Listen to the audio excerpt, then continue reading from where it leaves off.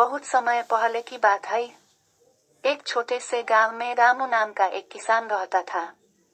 वह बहुत ईमानदार और परिश्रमी था।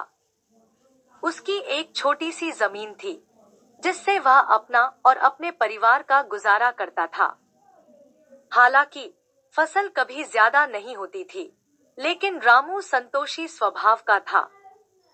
रामू को गांव में सभी लोग पसंद करते थे क्योंकि वह हमेशा जरूरतमंदों की मदद करता था।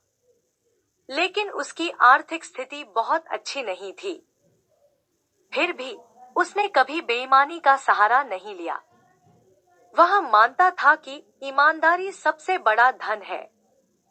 एक दिन जब रामू अपने खेत से लौट रहा था, तो रास्ते में उसे एक सोने की थैली मिली। जब उसने उसे उठाकर देखा, तो उसमें बहुत सारे सोने के सिक्के थे। रामू को एक पल के लिए बहुत खुशी हुई, लेकिन फिर उसने सोचा, यह धन मेरा नहीं है, इसे किसी ने जरूर खो दिया होगा। अब रामू के मन में द्वंद्व चलने लगा।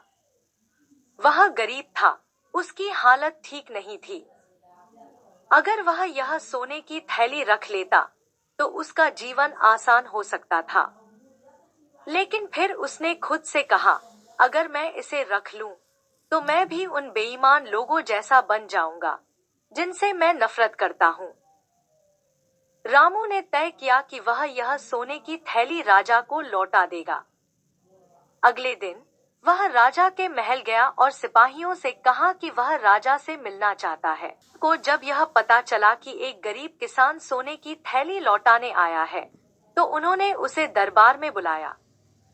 राजा ने मुस्कुराकर पूछा, रामू, तुम गरीब हो, तुम्हें इस धन की सबसे ज्यादा जरूरत है, फिर भी तुम इसे लौटाने आए हो? रामू ने सिर झुकाकर उत्तर दिया, महाराज, यह धन मेरा नहीं है। अगर मैं इसे रख लूं, तो मेरी ईमानदारी मर जाएगी। मैं चाहता हूं कि यह धन उसके असली मालिक को मिल जाए। राजा रामू की ईमानदारी से बहुत प्रभावित हुए। उन्होंने कहा, रामू, दुनिया में ऐसे ईमानदार लोग बहुत कम होते हैं। मैं चाहता हूं कि तुम इस सोने की थैली को अपने पास रखो, क्योंकि ईमानदारी का हमेशा इनाम मिलता है।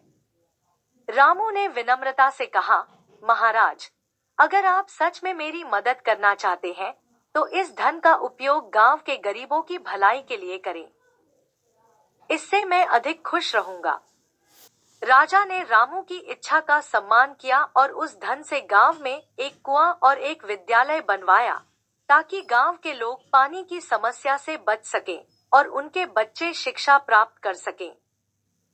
इसके अलावा राजा ने रामू को अपने दरबार में सम्मानित किया और उसे खेती के लिए अधिक भूमि देने का आदेश दिया।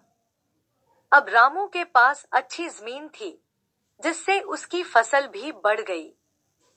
गांव के लोग रामू को और भी अधिक सम्मान देने लगे। वे कहते, ईमानदारी का फल हमेशा मीठा होता है। ईमानदारी हमेशा रंग लाती है। भले ही कुछ समय के लिए कठिनाइयां आए, लेकिन अंत में सच्चाई और ईमानदारी की ही जीत होती है।